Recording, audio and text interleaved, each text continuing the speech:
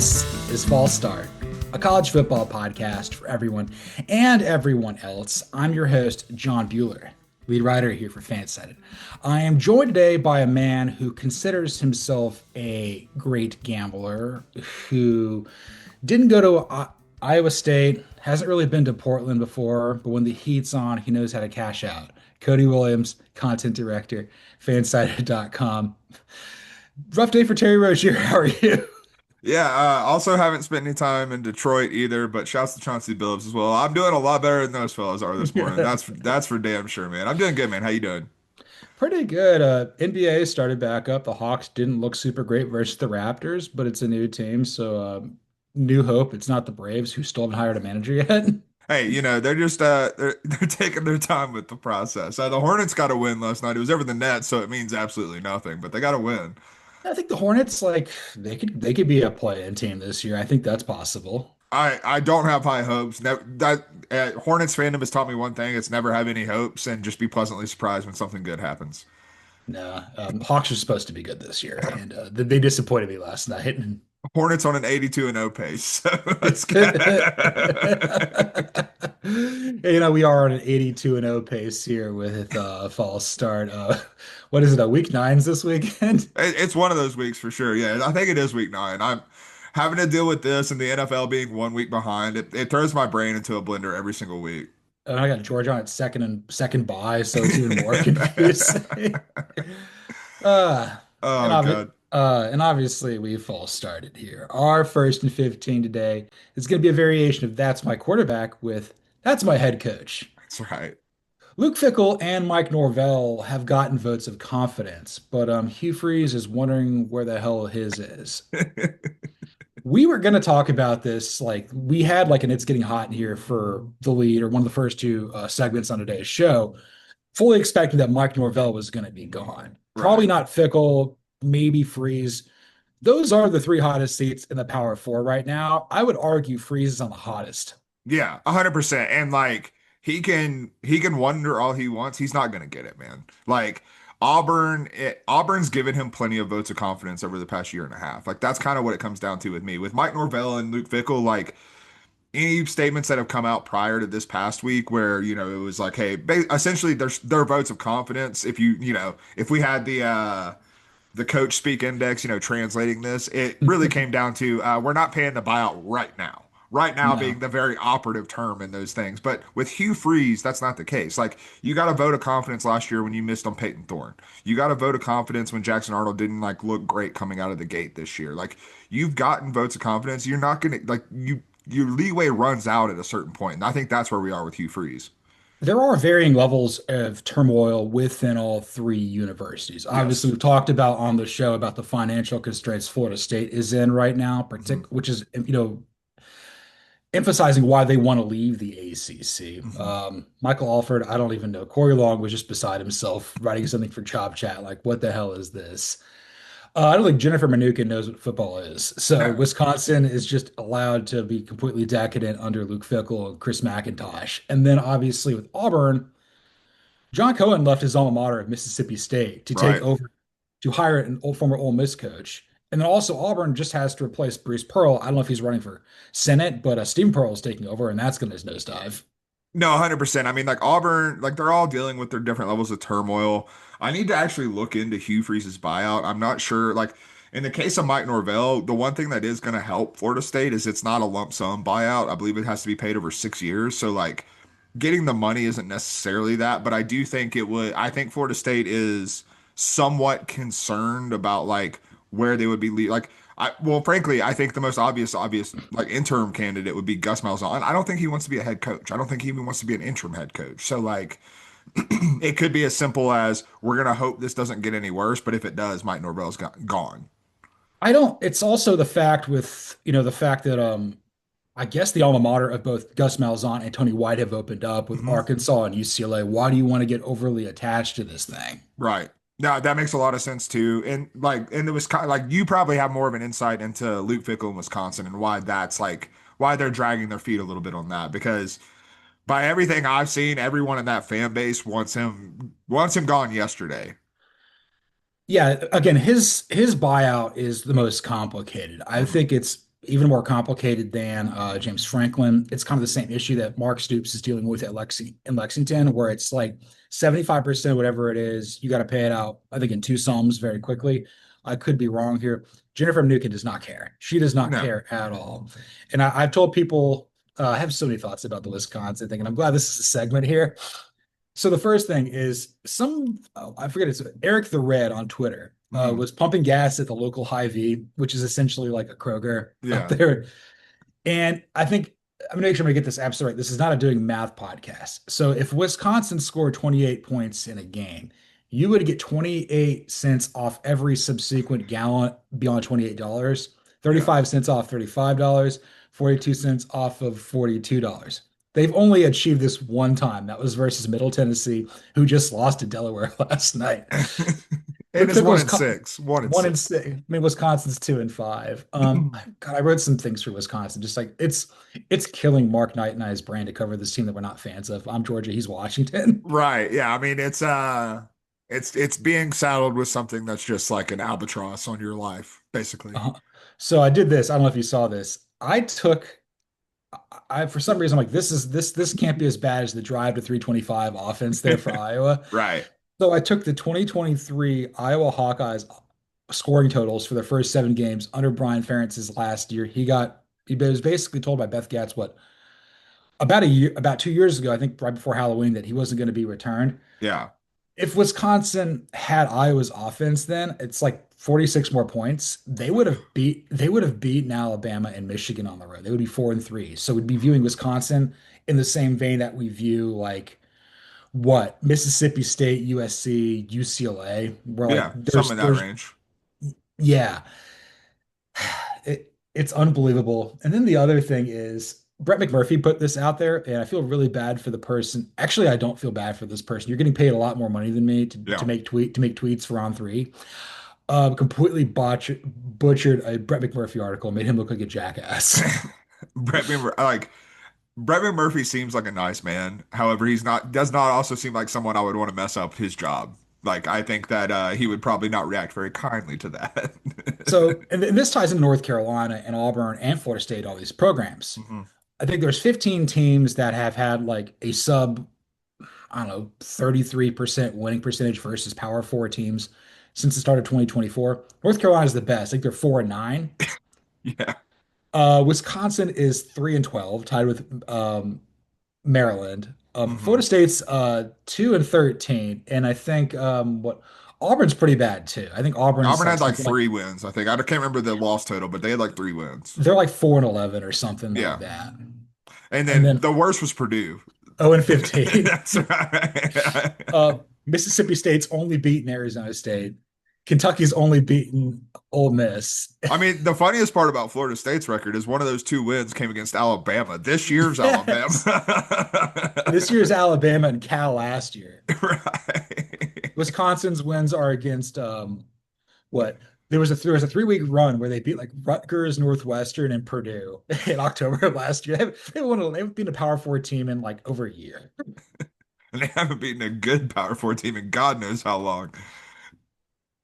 God, it had to have been like 23. Again, I didn't look that far back, but that's really the big thing. If you can't beat Power Four teams in a Power Four league, that's such an indictment on your program. Yeah, And again, Barry Odom's got to take all these L's at Purdue right now because Ryan Walters was a disaster. right. But like, you got to get these wins because you're not going bowling otherwise. Right. Yeah. I mean, you're in a Power Four conference. Beating Power Four teams is pretty crucial, man. And like, it's one thing, it's one thing to be a Purdue of the world. Like Purdue's all like even when Purdue is running well, you're still going to have years where you're flirting with 500 or below in the conference. Like that's just the reality of where you are in the Big Ten landscape. It's more damning when you look at a Wisconsin, when you look at an Auburn, when you look at a Florida State, these three coaches we're talking about, because they have more resources than a lot of the other programs in your Power Four conference. Like that is an indictment of coaching. That is an indictment of program building. That is an indictment of who you are as a head coach and like what you're doing to this program. Like Mississippi State's far down there. They seem to have the right head coach. It seems like they're going to turn it around here soon. But like the Kentucky, it's bad there. I just I'm sitting here with Wisconsin again, covering this team every day. Like we're looking at another 20 years of suck there in Yeah, Madison. 100%. But like it's been all downhill since Brett Bielema left. No, 100%. It was like someone had started or had been, was going to remodel like a historic building and you cracked the foundation while you were doing it. Like that's what this boils down to because like we talked about it. When you talk about the Barry Alvarez footprint, whether it was Paul Chris, whether it was anyone before him, like the Barry Alvarez footprint worked really damn well, man. And like part of that, yes, it was the Big Ten West and having divisions, but part of it was also they just knew what you had to do to win at Wisconsin, and you go with the formula. It's not always going to work as well as other years. You're not always going to have a Jonathan Taylor. You're not always going to have a, Monty Ball, whoever, all the great running backs they had to carry the run game. But what you can't do is go and try to make like some modern architecture out of a historic building. That's just not going to work. And that's what Luke Fickell had tried to do with hiring Phil Longo beginning as his offensive coordinator, and it's continued since Longo's left. Like it's not it is it's atrocious. It's just absolutely atrocious. And yes, we can like Hugh Freeze and Mike Norvell are not perfect by any stretch of the imagination. They have a lot of cracks in their armor as well. But I think the worst coaching job of the three is still Luke Fickell. 100%. I bet Luke Fickell thinks his address is 1600 Pennsylvania Avenue. 100%. I was sitting on that for 2 minutes. Yeah, you're not wrong. But like all those programs that are in there, including North Carolina, like there's a formula to win at all of these schools. Some are more easier than others, and that's exactly your point. The Wisconsin formula is right there in front of you, like Aaron Boone. Like Exactly. all you have to do at Wisconsin is recruit the big homegrown boys in state, make a line meat factory, find guys who are, impressionable from the Midwest, have them run the ball for you. And then you have guys, play together, as a team defensively, get the crowd involved. You could throw some money in there now too. Wisconsin's not paupers, like they're not poor. No. Like there's a ceiling to this, but the ceiling now is like you can make the playoff. Right. No, 100%. And you think back over the past couple of years with what they've tried to do even at quarterback, whether you're talking about I'm totally blanking Tyler, the kid from Miami. Tyler Van Dyke. Thank you. Yes, I was totally blanking on his last name. And like yes, he got hurt, but like even you talk about Billy Edwards, like you're trying to upgrade at quarterback. You're trying to hit in the transfer portal and pull something off that you've seen other Big Ten contemporaries do, but with much different builds, much different like infrastructures in terms of program building. We haven't seen a Scott Tolzien type at Wisconsin in quite a bit. And like Scott Tolzien was a damn good quarterback for Wisconsin because he did what they needed him to do and didn't make mistakes. Yeah, that's what I'm saying. Like, this is the quarterback driven position. You have to No. understand that. I mean, there's other ones out here where, like the formula, like when North Carolina's good, what does North Carolina have to do? They have to have a good quarterback, an NFL draft level quarterback. Like that's where it starts. Because they And have talent, like guys that could play in the NFL, but like they need the driving force there. yeah, you need the driving force there. And like, I mean, it like truly like because of the lineage of North Carolina, you would think it would be defense. You think of guys like Lawrence Taylor, you think of guys like Julius Peppers, you think of, some of the NFL draft prospects they've But had in recent years on yeah, the defensive side of the ball. But defense has never been the calling card of the North Carolina Tar Heels. Like since Lawrence Taylor, essentially, it has been an offensive driven program. You think back to the early 2010s, you're talking about Marquise Williams leading them to an ACC championship game. You think back to Sam Howell, you think back to Mitch Trubisky, you think back to Drake May. Like that's when North Ronald Carolina, Curry, yeah, yeah, Ronald Curry, like quarterback talent and often like and like TJ Yates, you've got yeah, the straw very that stirs the drink at North Carolina is the quarterback position. And like it when you think back on, notable North Carolina wide receivers outside of Hakeem Nicks, how many of them have actually gone on to do a damn thing in the NFL? And it's not many. And like the big reason for that is you're looking at a program where the quarterback is elevating the talent around him. And when they get into like facing NFL level competition, they can't do it. look. I mean, the Lawrence Taylors, the Julius Peppers, the Dre Bly's come around only every so often, so you have to take advantage of that. But like, if you have a quarterback there, it was in North Carolina, you can make up for some of the deficiencies you may or may not have. But I don't know. Like, I guess to tie a bow on this, but that's my head coach. Like, I don't think Norvell or Fickell will get fired before the end of the season. I have prepared for this because there's a bye after the Oregon beating versus Yeah. the Grim Reaper. That is the big cheese, Dan Lanning. Yeah, Man he has, man has no idea how to smile. oh God, no. I can't tell if it's just because he's that socially awkward or if he's just perpetually angry and is forcing it. He named his kid like Titan or Trident or some dumbass. It's perpetual anger then. Got it. So if we don't think Norvell or Fickell are going to get fired, maybe Freeze. I think the other guys that are starting to feel some heat, and you brought this to my attention, Bill O'Brien and Jonathan Smith, I think are probably the next two. Yeah, I mean, like, I would throw Belichick in there. Like, he's in Yeah. his own category, though, because, like, no one knows what the hell this is going to end up with. Like, no one has a clue in this world. It was actually just before we started recording, shared in the NCAA division chat, but Michael Lombardi's making $1.5 million in North Carolina to be the GM of that program. You could be anything in your life short of being an astronaut. And because Michael Lombardi is making $1.5 million to attempt to be a GM there at the North Carolina Tar Heels. Unbelievable stuff. But yeah, no, Jonathan Smith, like, I think it's they have the Michigan game this week in East Lansing. Man, like I don't think Michigan's great by any stretch of the imagination. I think they are a good football team, and Michigan State is certainly not that right now. And I like if I'm Jonathan Smith, I'm thinking about going back home, man. I'm thinking about going back to Corvette. Corvallis.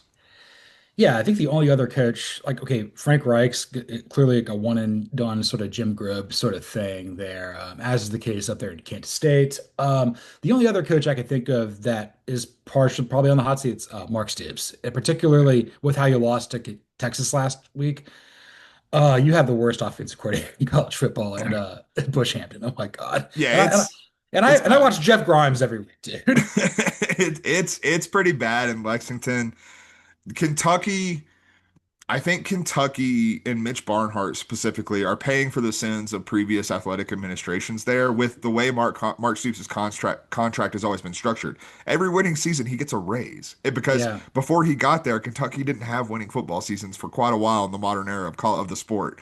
And so the way that's structured, it makes the buyout even more complicated. Like, and you're talking about a school that has so much invested in its basketball program.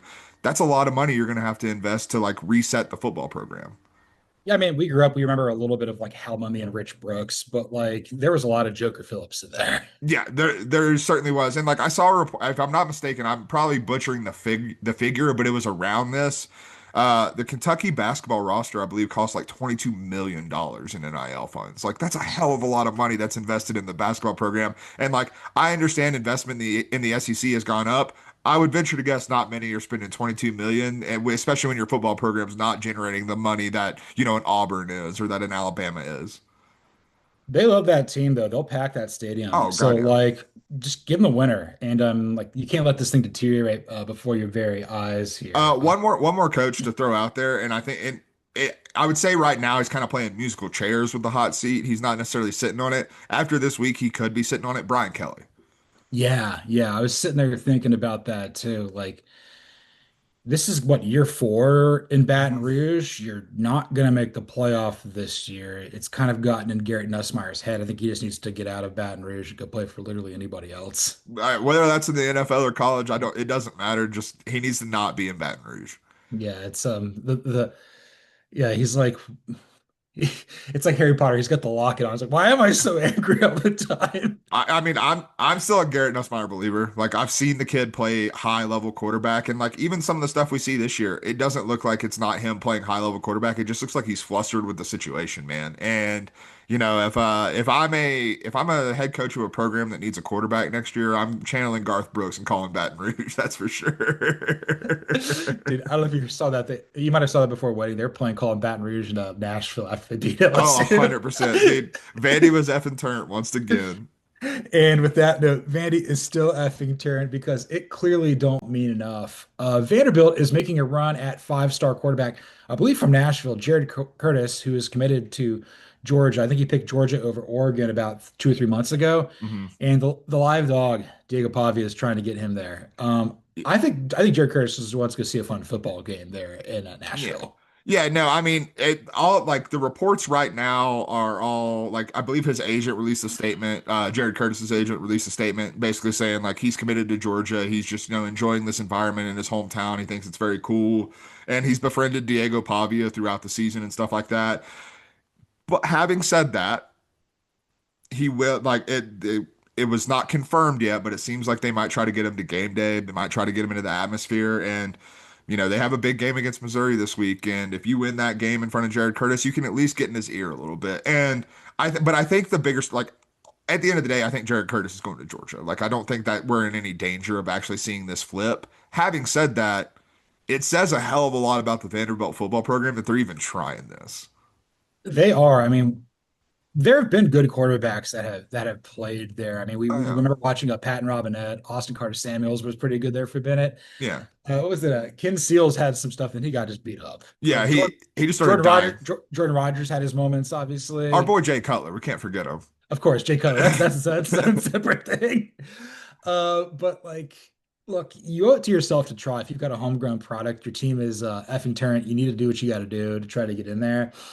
I wonder where Vanderbilt goes next year in the portal. I don't know necessarily what type of guy. Hey, Garrett Nussmeier, you need a new home? How about Nashville, baby? Let's go. You know what would actually make me really, really upset, and I think it might actually happen. I think you poach Ryan Puglisi Ooh, that'd be really good. That would because be good. you've got Stockton for one more year, Mhm. and if you get Curtis coming in, there's like enough of a gap there potentially. But that's somebody I would look at. I'm trying to think who else, academic power or something like that. I mean, you're not going to get Darian Minshew. You're not going to get Preston Stone. I don't know who you're going to get I don't who's even know if playing you well. want Preston Stone, if I'm being real honest, but He's making it work there at Evanston. I'll that's give him true. that. It's true. It's true. I tell you who you get, Kevin Jennings. Kevin. Oh, So actually, funny enough, I was actually thinking in the same area. I believe Sawyer Robertson has another year of eligibility, and if Baylor keeps like trending downward, maybe you take a look there. there's also an outside chance that David Aranda may go back to Wisconsin. Yeah, yeah. So hey, maybe we'll see. Sawyer Robertson, that would be good. But like you're absolutely right here. Like, look, it's probably not going to happen, but you have to shoot your shot here and at least try because you are competing on this level. If you want to have staying power, like if Vanderbilt and Indiana want to be nationally relevant for multiple years, I think Indiana's further ahead because they made the playoff last year. Mhm. They're going to make it this year. They're essentially a lock right now. We'll get to that here in just a second, but look, you're at a power two school here. You're getting a ton of money, and I almost swear it doesn't matter that if you're a basketball school historically at both or a baseball school more at Vanderbilt, like Right. you've got money coming in to make this happen, and you owe it to yourself to at least try. No, and I think that the other part of it is like because in the article, and I didn't, explore further, but Curtis isn't the only guy from the local area that you're trying to flip. And if you're talking about the long-term sustainability of Vanderbilt under Clark Lee and like making sure this isn't like a one-year wonder or anything like that, and like, first off, I don't think it is because we've seen this building slowly to something like this over the past few years. Like he's been building this, and I think they're going about it the right way, and I trust a lot of the people that are in that building. Having said that, the next step is making sure that you're keeping some of the homegrown talent and like at home. And like Yeah, Vanderbilt hasn't done that in a long time. Like those kids are going to Tennessee, those kids are going to Georgia, those kids are going to Alabama, they're going to other places in the ACC. And like in modern recruiting with NIL, that's still going to be the case with some of them. But if you're keeping, more like 5 to 6 that you were losing previously in Nashville, that is a huge win for the Commodores. I'm trying to think who's like the greatest like Nashvilleian. I mean, well, Clark Lee and Barton Simmons are from there, but like I think way back in the day, native Nashvilleian, Jalen Ramsey didn't even consider Vanderbilt. Like Yeah, he went not to even a Florida little bit. State. Yeah. Yeah. So you got to kind of go and you owe it to yourself to at least try. Yeah, 100%. I'm going to quickly Google greatest college football recruits from Nashville just to see if there's anyone we're overlooking so we don't get yelled at. Greatest college football recruits from Nashville. Bam, bam. Brentwood. Oh, that's 20. Never mind. That's going to take too long. We're fine. But yeah, I Yep. mean, but like regardless, like when you're talking about recruiting and we talk about it with we talk about it with, frankly, we talked about it a lot with North Carolina. Like, that's one of the things that Mac Brown started failing at was when he first got there, everyone was excited to go play for Mac Brown in Chapel Hill. And like, you were recruiting at a high level with kids in state. By the end of it, that wasn't so much the case, man. You were losing a lot of those guys. You were losing some of the guys you had already recruited to the transfer portal. And like, that's when you start to see things deteriorate. It's the battle that Clemson and South Carolina fight with their geographic locations because you're right in between North Carolina and Georgia, and like there's a lot of programs that can come into your state and get top level talent. And that's why, like, to Clemson's credit, the fact that they recruited at the level they did is a testament to Dabo Sweeney and like what they've been able to do in that program. A lot of other problems with the program. That's neither here nor there. But like with Vanderbilt, we know that they can hit the transfer portal and identify talent that makes sense for them. We know that they can develop talent in a very real way that is obviously paying huge dividends right now. The next step to developing something to where Vanderbilt is, it's not a historic achievement every week because you keep winning or because you're a favorite at home against the top whatever SEC opponent. But when we get to the point where it's like, oh yeah, Vanderbilt's a top 15 team again being the operative word there, like it is because you are maintaining the talent that is in Nashville. Because Tennessee doesn't get talked about it, but Tennessee is a very talent rich state.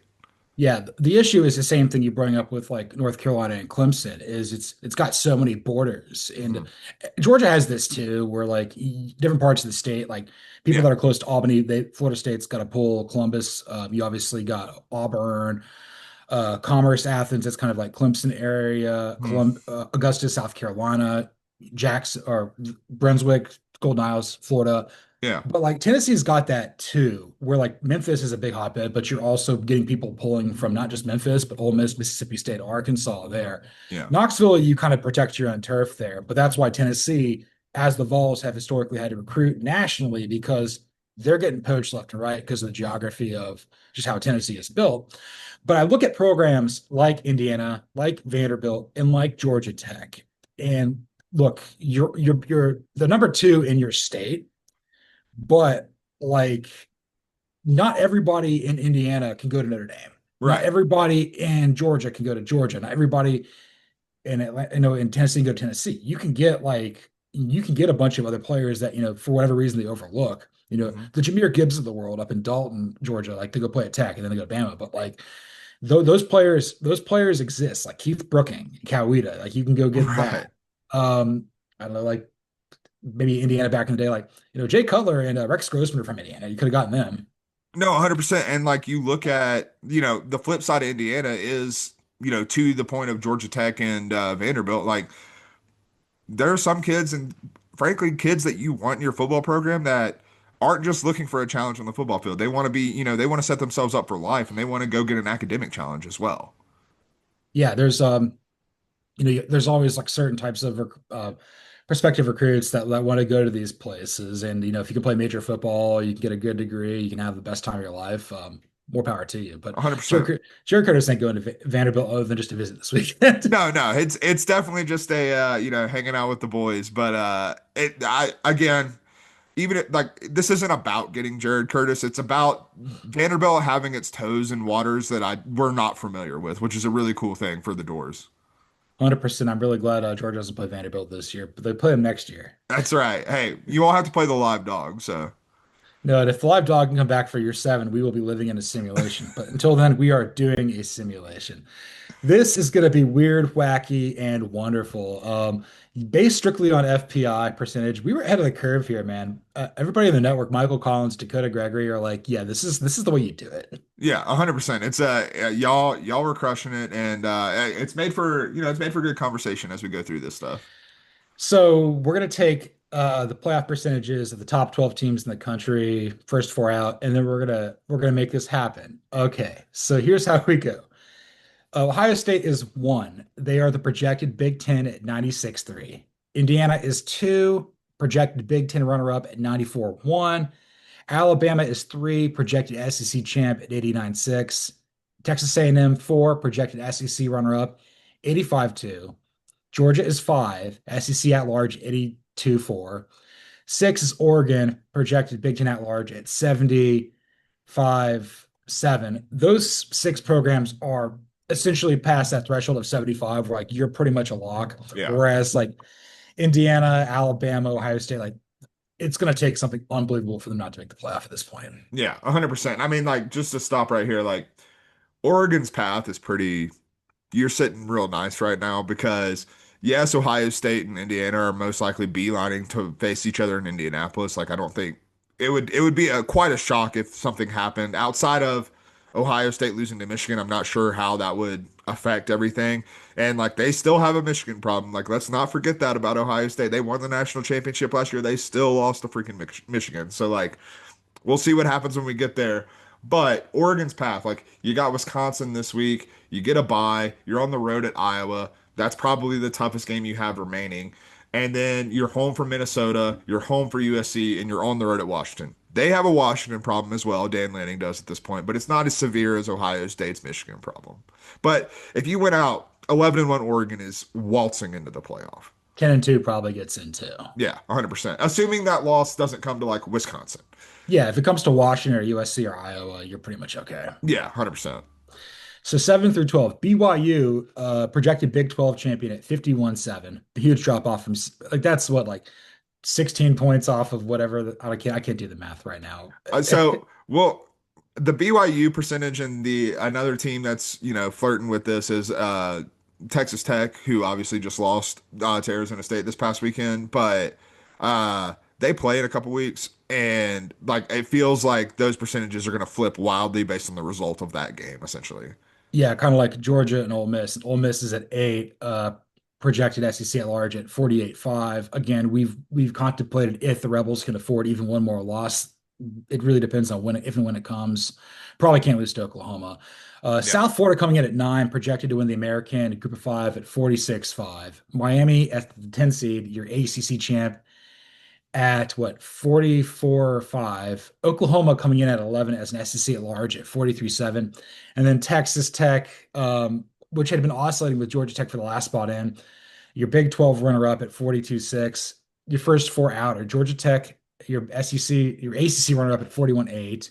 Texas is still in there at 39-1. Vanderbilt at 33-4, and then Mizzou at 32%. Whoever wins Vanderbilt, Mizzou will potentially crack the top 12.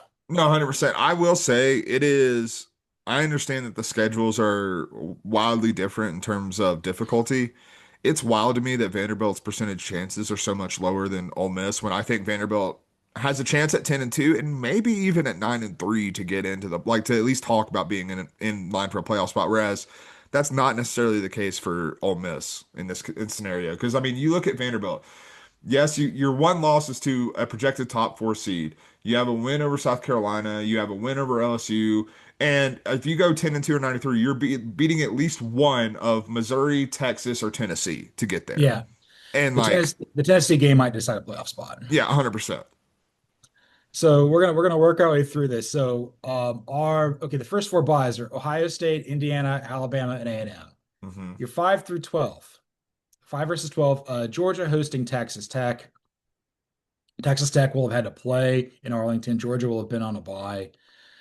For as talented as Texas Tech is, I think the attrition kicks in. I think Georgia kicks their ass. Yeah, I think I've got Georgia in this one. I wouldn't say handily. I think it'll be a really good. That would actually be a game I would really want to see. I think it'd be a Mhm. lot of fun, especially watching the matchup of Texas Tech and Georgia in the trenches when Georgia is on the offensive side of the ball. But my faith in Gunnar Stockton grows by the week.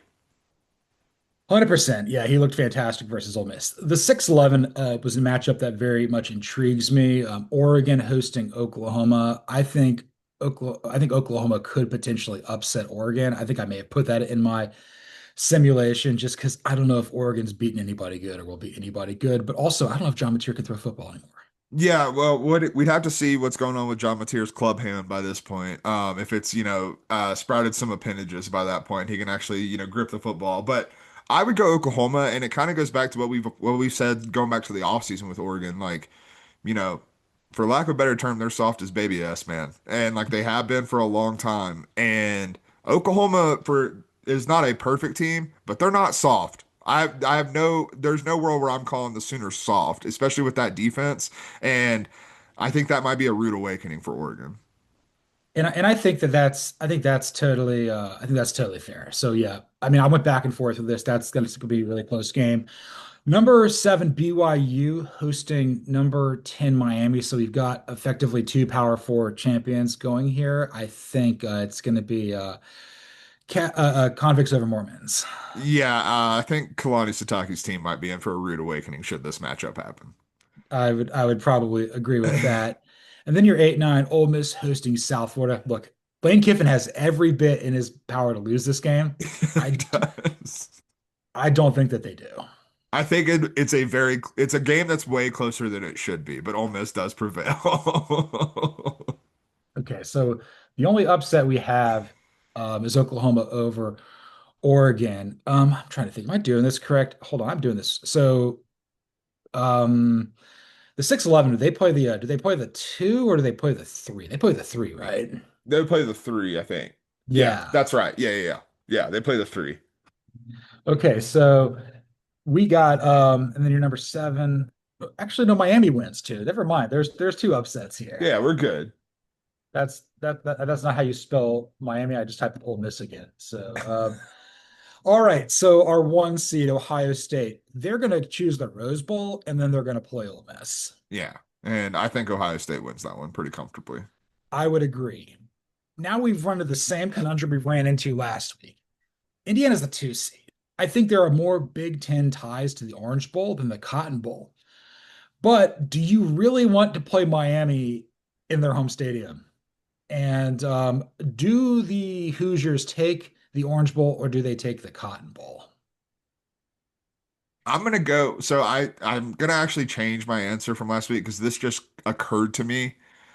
I feel like Kurt Signetti would take real pride of beating Miami in the Orange Bowl. I feel like that's Yeah. something he would seek out. And honestly, it may not actually be up to them to be, in some True. retrospects because like they may say you're just playing Miami in the Orange Bowl. Yeah. It all I comes would down to money and ticket sales, and that's gonna sell more tickets, let's be honest. I would probably agree with that. So I am leaning Indiana winning that game because I think Fernando is probably going to win the Heisman Trophy right now, and I think Beck could potentially turn it over a lot in his final game this season, final game of his college career. Yeah, I would lean Indiana as well. More like agree with what you just said. I think Indiana is actually more prepared to stack up with Miami in the trenches than a lot of other programs this year. We saw that against Oregon. Like they were great in the trenches in that game. But I think more than anything, I'm trusting Coach Sig a hell of a lot more in this type of game than I am Mario Cristobal. I would probably agree with that. Sugar Bowl. I think it'll be a rematch of a regular season game with Alabama hosting Oklahoma, if I'm not mistaken. I They mean, I, play. I I just assume because Oklahoma plays every good team in the SEC this year. So Regardless, I yeah, would take Alabama to win that game. I'm taking Alabama as well, and they play them on November 15th in the regular season. Yes. And then we got a very exciting game in the Cotton Bowl. Texas A&M versus Georgia. I would probably go with Georgia, even if they had to play a game versus what Texas Tech. I think that they're just more comfortable in being uncomfortable than anybody in the country. Yeah, I think Georgia is one of the most versatile teams in the country from what I've seen to this point. Like they can win in a lot of different ways, and I know that there's still trepidation when it comes to Glenn Schumann, deservedly so in this defense, but and like that does worry me a little bit with the explosivity of the Texas A&M offense. But having said that, I think Kirby Smart would have a little bit of a hand in trying to slow down a Colin Klein offense. Okay, so Georgia advances. Ohio State's the one seed. And they're going to play Georgia. Do they go to the Peach Bowl or do they go to the Fiesta Bowl? I think they go Fiesta because, and like my reasoning there is not just to avoid going to Atlanta, even though Atlanta has been a house of horrors for Georgia in many different occasions. But a lot of, for Ohio State specifically against Georgia, you don't want to go to the Peach Bowl. And, but I would say going to the Fiesta Bowl, like Ohio State has a little bit more of a national footprint. And I think you're Mhm. probably still like, you're giving yourself a home field advantage with that. I would probably agree. Again, if they can choose, they may not have a Yeah. choice here. Yeah. Um, and then obviously the Peach Bowl, Indiana is going to be playing Alabama in the Peach Bowl. I think there's a spot where all four of these teams could come out of this week. Mhm. I think the Fiesta Bowl with Ohio State hosting Georgia effectively, that changes the calculus a little bit more. I had Georgia beating Ohio State, but this may flip that. Where are you leaning the deciding factor here for that game? I would probably go with Ohio State, and I think the deciding factor is as much as Gunnar Stockton has grown on me throughout this season, as much confidence as I have in what Georgia has proven capable to do in different types of games, different types of scenarios, I think Ohio State is just kind of like the big monster, like under the bed, man. Like I'm worried that that is just what it is, and I think that's particularly true. I talked a lot of crap about Matt Patricia and like not having confidence in this. Matt Patricia's running an NFL defense right now, Yeah, and it is damn impressive. And against Georgia's offensive line, that worries the hell out of me. straight up, he's my favorite to win the Broyles right now. He should be too. Yeah, that defense is unbelievable. Yeah, I don't even know who like the best offensive coordinator would be. Maybe I don't know who the OC is for Indiana behind Coach Sig. Trying to think who else is like really. It was Shannon Dawson for a while, and Right. that's gone. Peach Bowl, Indiana versus Alabama. That's another good one. Yeah, God, this one's tough. This might be the toughest one we've had yet. I would probably go. I would probably go Alabama because I think the Crimson Tide's a little bit more used to winning in Atlanta. Yeah, that's a good deciding factor. Because I mean, like, I try to go top to bottom through both sides of the ball, and like I'm not sure I still think Alabama's defensive front isn't as fearsome as we thought it was going to be coming into the season. So I'm not sure they're able to take advantage of Indiana in the trenches there. At the same time, Alabama's offensive line has improved a lot since what we saw against Florida State in week one. I'm not sure Indiana's necessarily able to take advantage of that. Even if they do, you got maybe the top two picks in the 2026 NFL draft at the quarterback spots here. This is a heavyweight fight. It might not look like it because it says Alabama, Indiana, but this is a heavyweight fight. But I'll give Alabama the edge with playing in Atlanta. And I'll say this: this is the craziest thing we've done thus far. If we would have switched the venues, I think Georgia potentially beats Ohio Yeah, State in Atlanta, and then I think Indiana would potentially beat Alabama in Phoenix. 100%. I think that's It's absolutely in the cards. it's crazy. So going to Miami, Ohio State versus Alabama for a national championship, which is I think a rematch of like the 2020 season in the same Yeah, venue. yeah, that's wild. I'm going Um, Ohio State personally. me too, me too. I I understand that Ohio State has not really been tested this year by high level of competition.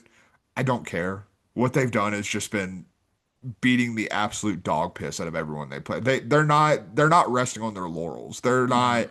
and like you see it on the field. There was a some I saw a highlight going around of Ohio State, Wisconsin, and I believe it was like one of the last drives of the Wisconsin game, and they got a big force. Ohio State's defense got a big fourth down Mhm. stop. They were celebrating like they won the national championship, man. Yeah, This team is hungry, and like they're not resting on their laurels because they're beating up on lesser competition. And I think I saw another stat that defense has allowed the fewest points through their first 7 games since 1992 Florida State, which, if you remember, that's one of the best defenses we've seen in college football in the past like 4 decades. yeah, like early 90s Florida State. That was the year before they won a national title and they had Charlie Ward win the Heisman. So that was Yeah, like really like when they're about to hit like the they're apex.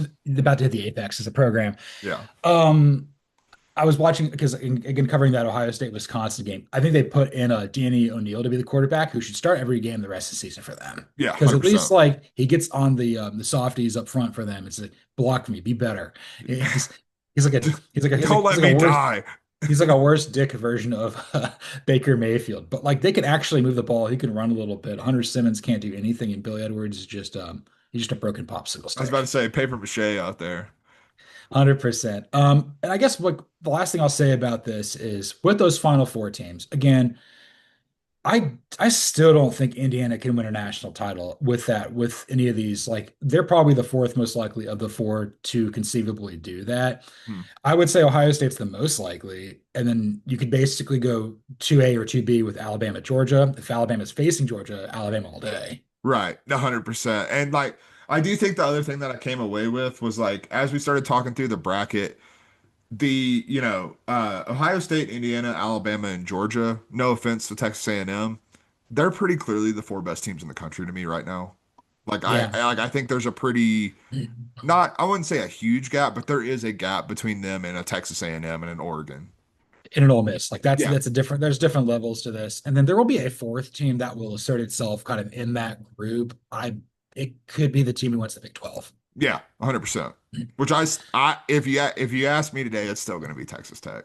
I would probably agree, but I'm not ruling out the Big 12 getting two teams. I think that's very It's not possible. impossible with the way things are shaking out. It's not impossible. I do want to say that since we're talking playoff, one thing that was brought to my attention and I do think is interesting, Miami losing to Louisville might be the best path for the ACC getting two teams in Yeah. because there is a world where Miami does not play in Charlotte. I still think that I would probably pick them to get there because of my lack of trust in Virginia and Georgia Tech. Like they they played with fire a little too much for my liking to this point, and I don't think they're perfect teams, but because Miami lost to Louisville specifically, Virginia has the tiebreaker over them with a common opponent win because they beat Louisville. Yeah. And so even if Virginia were to lose, like their one loss, yes, is to NC State. That was not an ACC game. It was one of the weird games that doesn't count towards your ACC record. So even if Virginia loses another conference game, they're still going to have the tiebreaker over Miami to get to Charlotte. And also, like that was like by one score. It was the Yeah, same sort of thing that like SMU and BYU from a year ago. Granted, like 100%. one of those weird. I thought it was a conference game, but it wasn't. Yeah, it's I- it's it's so stupid, but here we are. so, but you could conceivably get.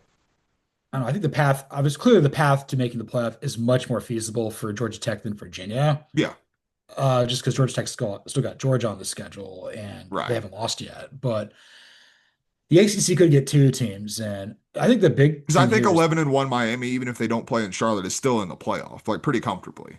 right. Let's figure this out real quick before we move on, because this is the good part. We do this all the time, but I think now we know the Big Ten's only getting three in. I think so. Yeah, I don't know. I don't know where that fourth team's coming from. The SEC is going to get four, maybe five. Let's just say four. Yeah, so let's say four, and then we'll circle back to that because my boy Bud Elliott made a good point. But let's continue with this, and I'll get to that point. Okay, so let's just say the Big Ten's three is going to be Ohio State, Indiana, Oregon, probably in that order. Hmm. The SEC, you're looking at effectively the three that are most likely is going to be Alabama, Georgia, and A&M. I feel like Hmm. those three have separated. And then your fourth, I would probably lean Old Miss, I mean, I think you're talking Ole Miss, Vanderbilt, Tennessee, maybe not Tennessee, Tennessee. Oklahoma as well. Like if Oklahoma were to navigate this, Okay. So we'll for the sake of argument, just do fun. Let's put Vanderbilt in there. yeah, hell yeah. That's just for the brand, baby. Okay. Let's say South Florida, that gets you to eight. Hmm. South Florida, whoever wins the American. The ACC, okay, the big then that leaves you potentially four spots for the Big 12, the ACC, and Notre Dame. Yeah, and That's where so that's where it gets crazy. so my feeling is we're not going to see the ACC and Big 12 both get two teams in. I don't think Yeah. that's what we're going to see. Even if it's deserving, I just don't think that the powers that be at ESPN and wherever else are going to want that to happen, and so they're not going to let it happen. And that means that ostensibly the last at large spot is probably to come down to SEC, the fifth team in the SEC or Notre Dame. And in Yeah. my opinion, it's probably going to be Notre Dame.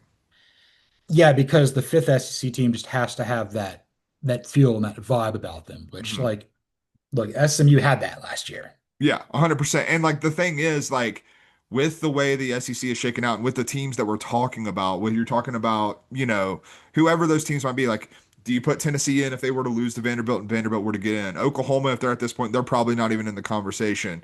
If we're talking about, Mizzou still like yeah, Mizzou, depending on what they do. If we're talking about Ole Miss and Ole Miss loses another game, like, what's their quality win? Like, where are we looking at there for, the Rebels? So, like, it's going to be very easy to talk yourself out of the SEC teams, whereas Notre Dame, you can pretty easily talk yourself into it. You lost to two playoff teams early in the season, and you lost by a combined 4 points. yeah. And I think also like 'cause so you would say Miami is surely going to get in one way or another in Yeah, the I think ACC. Miami's in, yeah, regardless. Is it the ACC more likely to get two and then the Big 12? I think so, personally. I think that in like I've not been kind to the ACC this year. Let's be clear about that. Like I don't think it's a very deep or good league, but I think the way that things are shaking out, like I think the fact that BYU is the current favorite to win the Big 12 is a horrible thing for the Big 12 because I don't think like I enjoy watching BYU. I think they're a good football team. I don't think they're a college football playoff caliber football team. And like I think they're going to slip up. You have a freshman quarterback. Like I don't think this is sustainable. I think you're gonna like if Bear Bachmeier like gets hurt like and he only misses one game. I'm not even talking like a serious injury. Like he just gets dinged up and has to miss a game. This team is screwed. Like this Yeah. team is not going to win that football game. And like it reminds me way too much of the Big 12 of last year where there's just they're in their own way. Yeah. Like I would say in the Big 12, the two like teams that feel like could be playoff is Texas Tech and the idea of Arizona State. The idea of Arizona State, which we talked right before we started recording, Jordan Tyson's out this week against the Houston team that is not to be taken lightly. No, So they're like they're that's already not great. yeah, they're 6-1. Like I don't trust Houston, I don't trust Iowa State, I don't trust Cincinnati quite yet. No. But in the ACC, it's like okay, Miami, Georgia Tech feels like it, and you could try to convince yourself that Virginia or Louisville could be. Yeah, I'm not quite there. I'm definitely not there with Louisville. I'm definitely not quite there with Virginia either. But like Virginia has a path. Like that's all that matters at this point. And Virginia has a path, and Admiral Akbar has it's a trap. That's right. Trap games of the week, things that are giving off interesting vibes here. Click the wrong tab. Now I'm back up to Office Space quotes. Yes, we're going to be doing that on Monday's show. That's right. It's a good Office Space themed episode because we're having a case on Mondays. We certainly are. All right. So you go first. What game is the third most likely trap spot for you this week? Well, you just mentioned a team that we don't trust, and that's Cincinnati, man. And Baylor is traveling to Cincinnati this week. I believe Cincinnati is a small favorite, like 2.5, 3 points, something like that. Um, This is going to be the best offense that Cincinnati has faced. When you go back and look at their schedule, they have not faced the best offenses in the Big 12 this season. The only offense that's comparable to Baylor that they faced was Nebraska, and they lost that game. That's their one loss Yeah. on the season to this point. I'm taking Baylor. I think Baylor pulls off the upset in this one. I don't think Cincinnati's necessarily fraudulent by any stretch of the imagination. I do think they are a good football team, but I do think that their record is inflated by who they have played a little bit. And I think this is kind of going to be a wake up moment for them. You know what? I'm going to go with Baylor too. I don't have that anywhere here. I think really the big thing for me is like Cincinnati's already massively overachieved. They've gotten to a bowl game. The Yes. pressure's off Scott Satterfield. Whereas Dave Aranda, like they got to keep grinding. You've got the pressure of him potentially taking over there in Madison. Sawyer Robertson's got one more year of eligibility. Where does he go? The Baylor gets this win. This solidifies things. This keeps things on the track a little bit more heading to the final month of the year. I'll go with Baylor here. Yeah. I just think it's a very tricky spot for Cincinnati. The game that we almost always go to this time this year for Antonio, but we're not going there this year. I'm going to go with Floyd here. Ooh. Minnesota at Iowa, Iowa laying 7.5. Mm. I'm still going to take Iowa to win this game because they're not losing by a lot. This is actually a really good defense. I think Mark Gronowski gives the passing game a little bit more bite than Iowa's had in Yeah. recent years. I think Minnesota is the hardest team in the Big Ten to get a feel on. I think that they're just really well coached. Yeah, I think that they have a talent deficiency and are really well coached. I'm gonna go with I don't have this game anywhere else. I'm gonna go with Iowa as well. But I think that there's a real good chance that Minnesota covers. Yeah, I think that that's very much a possibility. What do you have at two? Two, I have Illinois going on the road to Washington. Washington's Ooh, actually favored by 2.5 in this game, and I think they should be, man. I think Washington wins this game. Like Washington, they're coming off the loss to Michigan last week. But if you watch that game was not as much of a blowout as the final score made it look. Michigan kind of poured in a couple late scores there, and my cousin Damon was chucking it a little bit, trying to get a comeback going. But we've seen this Washington offense click. I think the one thing that would worry me if I'm a Washington fan is if Jed Fish has been making some calls over the past few weeks with some of the head coaching vacancies that may or may not be open that could interest him. But I think Washington is just playing like the better football team, and we know that Seattle's a really tough place to play. both teams are coming off losses. Like Illinois was on a bye last week. They lost to Ohio State. Like Illinois lost to what? They got their skull dragged by Indiana, and they lost to Ohio State. This is kind of expected, but Illinois is going to basically be what Penn State is now. Hmm. The problem with that is that's going to require them probably losing about three or so games here. I think the home field advantage there for Washington prevails, and also everybody responds to failure the same way. I think that Washington was kind of embarrassed. I think that I'll get the Huskies to win this game. 100%. My number two, this is down the SEC here. Ole Miss at Oklahoma. Oklahoma's laying 3.5. Rebels all day, man. I have this game in JLN, so I won't comment too much. But I'm excited for this one. That's for sure. Again, this is I guess my thought here, and and maybe we can unpack this later. Ole Miss couldn't stop a nosebleed versus Georgia. Oklahoma basically won without John Mateer having hands because Mike Shula's parents loved each other at one point in time. 100%. They had a walkout in Columbia, man. It's tough. It's tough. So I think that this is going to probably knock Oklahoma out of the playoff picture Most like that, I will say, like, kind of my way I'm looking at this game, man. It is a kind of lose or lose town match for the college football playoff picture. because Ole Miss, like, Oklahoma has a very tough schedule, but they got to play a lot more games here. Losing Texas makes it look worse, and they still got to play Mizzou later. They got to play, I think they got to play A&M, I think potentially or I somebody think else. you're I'm not right. Yeah. they got to play Alabama also. Maybe Yeah. it's Alabama, not in. Yeah, Let's Mizzou and see. Alabama, Mizzou and Alabama for sure. So we've got Mizzou. God, we've looked at it 100 times, and it still never like ceases to amaze me how difficult this schedule is. We're home for Ole Miss, at Tennessee, bye at Alabama, home for Missouri, home for LSU. What the hell, Yeah, man? like we said, like after the South Carolina game, like we said, they could be on upset alert, but like the final five games are all versus ranked SEC teams that aren't going to go away. Ole Miss has to win this game because they don't really have a lot of other Right. resume builders because their 10 and 2 would be very, very flimsy. They can't afford that. Yeah, I mean their remaining schedule is home for South Carolina, home for the Citadel, home for Florida, bye, and then the Egg Bowl. And You need this win. you need this win because look, I think Mississippi State's going to get some wins here potentially. They're 4-3. They've got enough time. I want to see the make a bowl game 100%. I do too. And I think they have a real chance to do so. because this 10 and 2, if you lose to Oklahoma, is not going to get you in. Yeah, I agree completely. So yeah, I've got Ole Miss to win and cover that game. And what do you have at number one?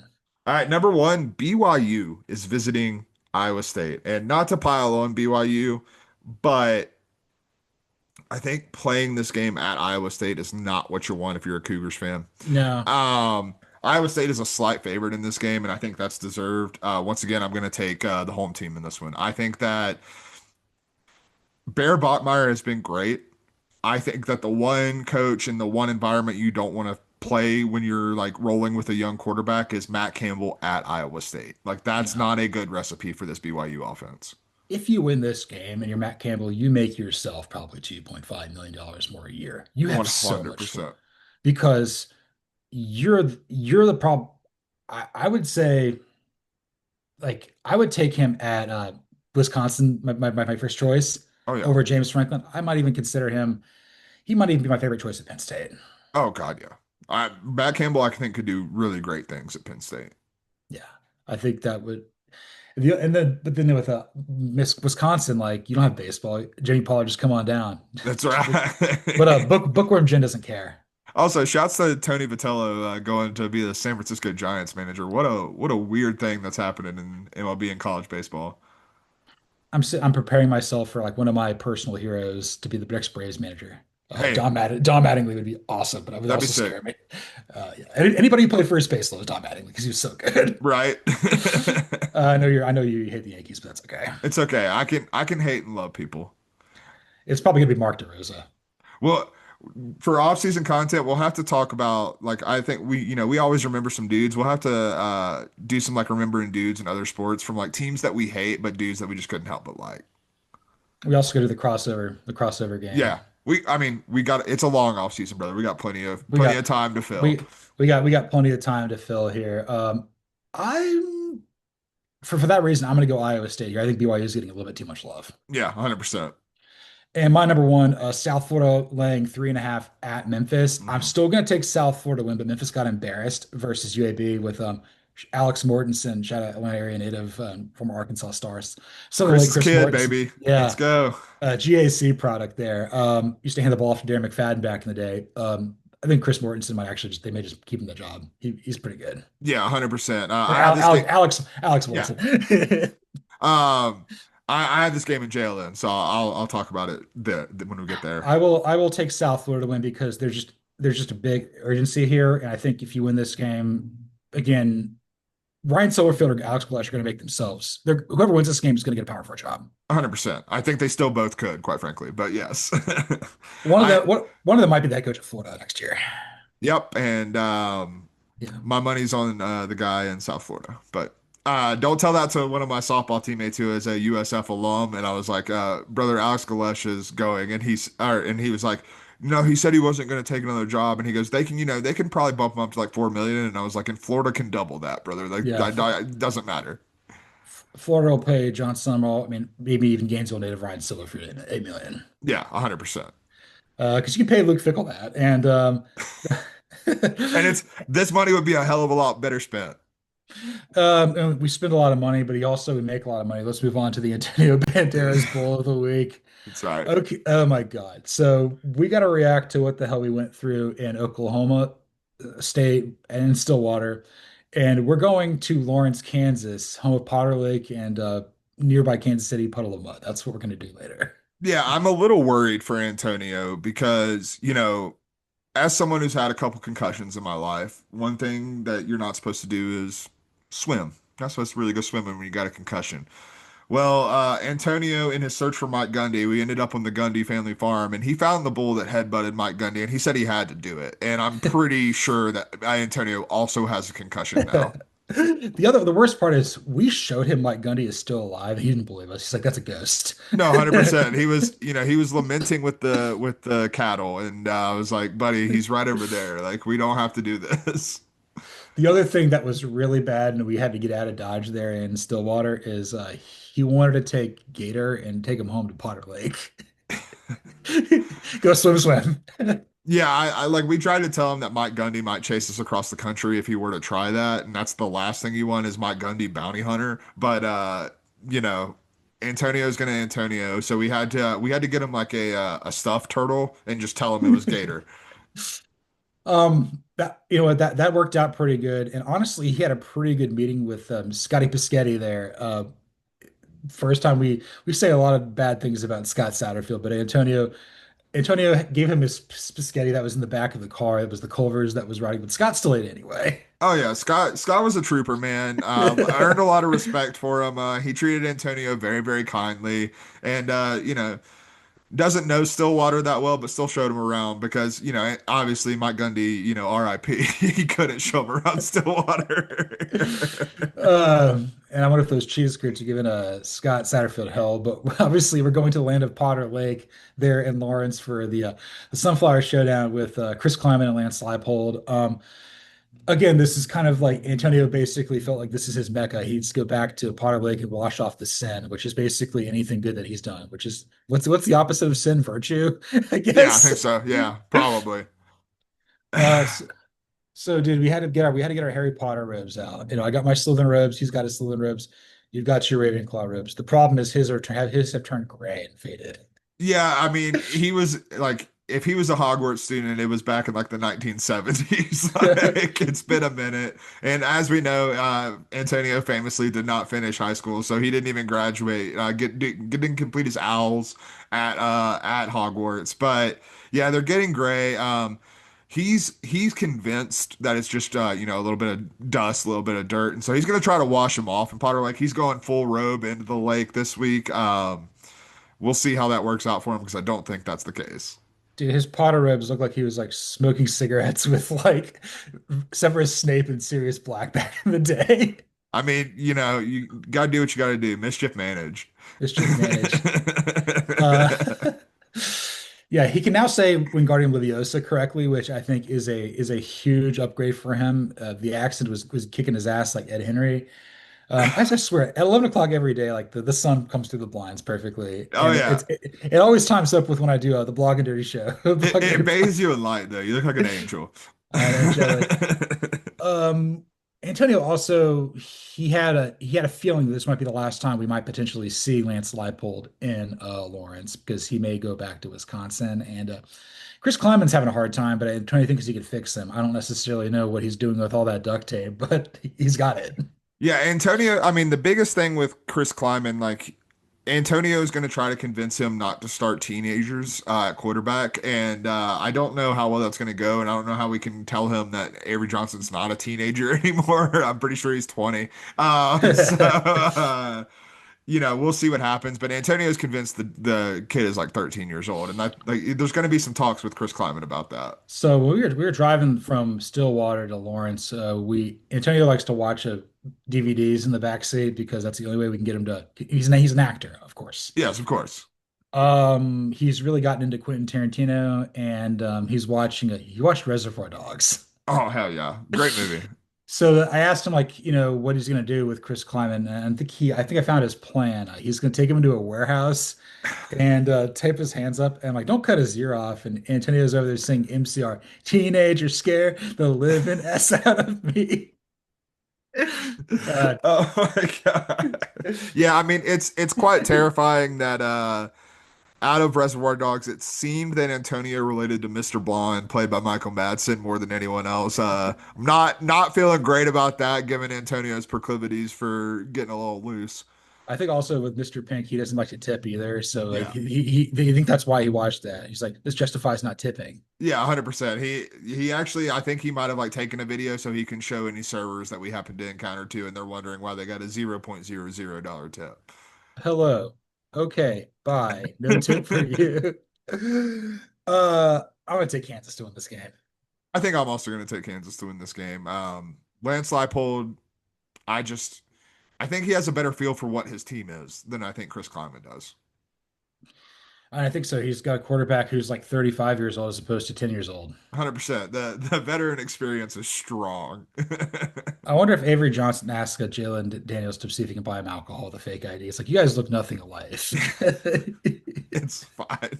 It's fine. It's Have Kansas. you ever there's like a prank video on and like I most prank videos don't get me, but whenever they're harmless pranks that are like legitimately funny, they kill me. But this white kid goes into a gas station and he tries to buy beer.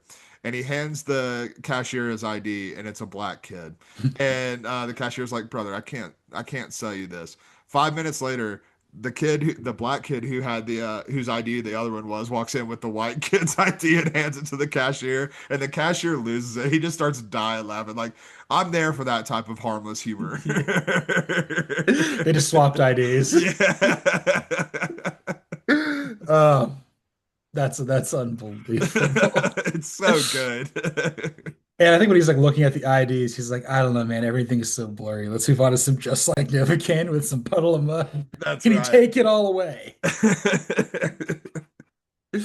We talked about this. Wes Scantlin, like, has just like he's become like a really bad on-stage presence. He's like, yeah, I suck now. Yeah, we're no good, but thanks for coming.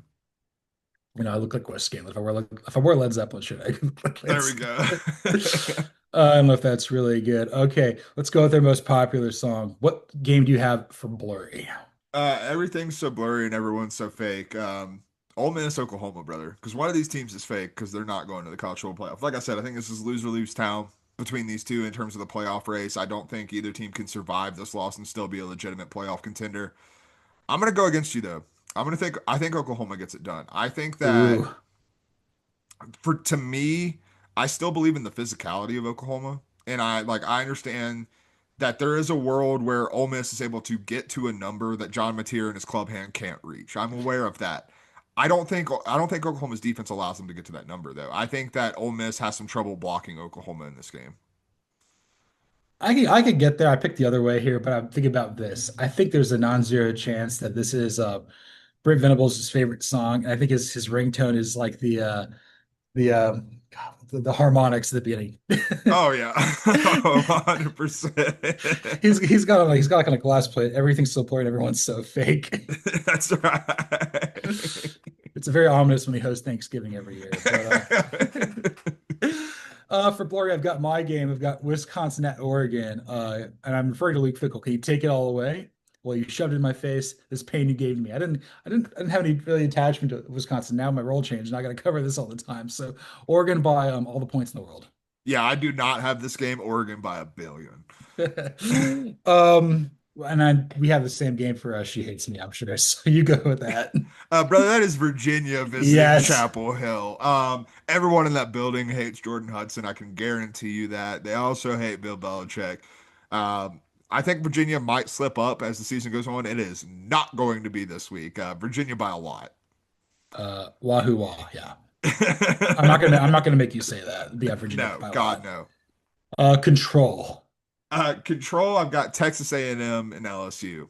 Um, there was a line, I can't remember what the line was, but something about like I want to control you. And that's like this is a rivalry game. This is a game Yes. that they both want to control it, but Texas A&M is the one to control, man. LSU is a broken program, and I think Brian Kelly ends up on the hot seat after this week. Give me A&M by I'm gonna go two scores. I think A&M wins this one pretty comfortably. I don't have this game, but I'm gonna take A&M as well. Yeah. For this one, I've got an ACC showdown. Stanford at Miami. Oh hell yeah. For the line, I can't control you. You're not the one for me. No, that's Mario Cristobal screaming at Carson Beck as he throws another pick. Miami's still gonna win, but like, oh, Yeah, Miami's gonna win, but this is an ugly game. speaking of an ugly drift and die, what game is that? Well, Bueller, here's the thing. Ignorance spreads lies. How much will money buy? Well, I'll take my time as I drift and die. That's Eli Drinkwitz as he's searching for another job, brother, because he's going Missouri Vanderbilt with this one. And I think he drifts and dies because I think Vandy keeps on winning at home. I've got that game coming up here in a little bit here. I've got another SEC game for mine. I've got Auburn at Arkansas for the same sort of line. Ignorance spreads lies. How much will money buy? Well, I'll take my time as I drift and die. Dude, Hugh Freeze is bargaining right now. I think Mm. Bobby Petrino's in his bag. Give me the Hogs to win this game. I don't have this game, but I also like the Hogs quite a bit. And I hate Bobby Petrino. Talking about two Look, like here's the awful thing. people. I hate Bobby Petrino the human. I think Bobby Petrino is still a very good football coach. I think that's fair. He's also a psycho. What do you have for psycho? I just have Bobby Petrino written. No, I have Texas Mississippi State for this game. Um, am I really the paranoid freak? And that's everyone in Austin, Texas right now because they're probably worried about this game. They're only a 7.5 point favorite in this game on the road, having to go to Starkville in the land of the cowbells. Arch Manning, brother, I don't know what he's going to do in the land of the cowbells, but I think Texas probably wins this game. I'm going to be kind to Texas. And I don't have this game, and I'm not going to be kind. For whom the cowbell tolls, There we go. Love that's it. clang Texas's horns down forever. Love that. I've got a very Big 12 game for this. TCU at West Virginia. Mm, hell yeah. Yeah, we're going to win again. Maybe I'm the one who is the schizophrenic psycho. That's the combination of TCU thinking like, oh, we're going to, get to the Big 12 championship. We're going to get the Hypnotoads going. That's a very schizophrenic psycho thing. And then obviously the real schizophrenic psycho is Rich Rodriguez going back to West Virginia. It's not working out. I, Give me I think it'll be okay. West Virginia was not in a good spot. no, give me the Horned Frogs. Oh yeah, I'm TCU this week by a lot, but year one was always going to be a little rough for Rich Rod. I thought it might have some better results, but I'm not giving up hope. No, it's doing about as well as Pat McAfee's catch. That's right. And famous. What do you have for that one? Yeah, one of these teams wants to be famous, and that's USF Memphis. That's where I'm finishing off with. Huge G5 showdown, potentially for like the upper hand for a playoff spot as the G5's top ranked champion. And I'm sticking with USF, man. I think this is by far the best team in the G5 right now. Like we talked a couple weeks ago when they were playing North Texas and like that was a big prove it spot. They went out and they hung 60 plus on them. They put a 60 burger on North Texas and like Memphis is a much different beast. But I think when you go across the board, I think Alex Galesh is the best coach outside of John Sumrall in the American. I would I agree. think Byron Baum might be the best G5 quarterback in the country. I I would agree. think that this defense is probably top three in terms of G5 defenses in the country. Like they just check so many boxes. They feel honestly, if you were to put this year's USF against last year's Boise State team, I'm taking this year's USF team. So it's Bulls versus Tigers. That's right. Uh, Bulls, man. Bulls on parade. Yes, I've already sir. I already picked them to win anyway. Oh And yeah. for mine, I've got Missouri at Vanderbilt. The money is for nothing. The chicks are for free. Are for free. Yeah, I want to be famous. Money for nothing, chicks for free. Eli Drinkwitz, that's what he needs there. And that sounds like a very Diego Pavia thing. Vanderbilt's effing turn. Yeah, So they are. anchor down, brother. Let's go. Anchor down. Nashville's where the party is. Nashville's where the party is. And the party is here because this was episode 220 of False Start. You can follow me, John Bueller, on Twitter or the X. You can follow Cody Williams at the Sizzle20. You can follow the show at CFB False Start. Like, rate, listen, subscribe, review on Apple, Spotify, YouTube, anywhere there's podcasts. Give us a 5-star review. I feel like we're touching our hands in the Blink 182. You know, we're feeling this, man. Feeling this. It's gotta regret right now. Feeling this. Fate fell short this time. That's right. But again, yeah, we're going to be coming to you guys. I don't even know what the prime time is, but we'll be on 3 yards in the cloud of punt after Saturday. It'll be after Oregon, Wisconsin for me. I know that for sure. I think it's A&M LSU is the big one. Yeah, I think prime so. time. That's the big I one. mean, it's LSU at home, so you know it's at night. Yeah. Best article of the month for me. I say you guys don't deserve them, and honestly, after this game, you won't. So who That's cares? right. And then on Monday, we're doing Office Space themed episode. It's going That's to right. be really dumb, but it's going to be really good. We're gonna have our TPS reports all filled out and ready for you. I know. Speaking about TPS reports, can you take it all the way? This when he showed in my face, this pain he gave to me because this is false start.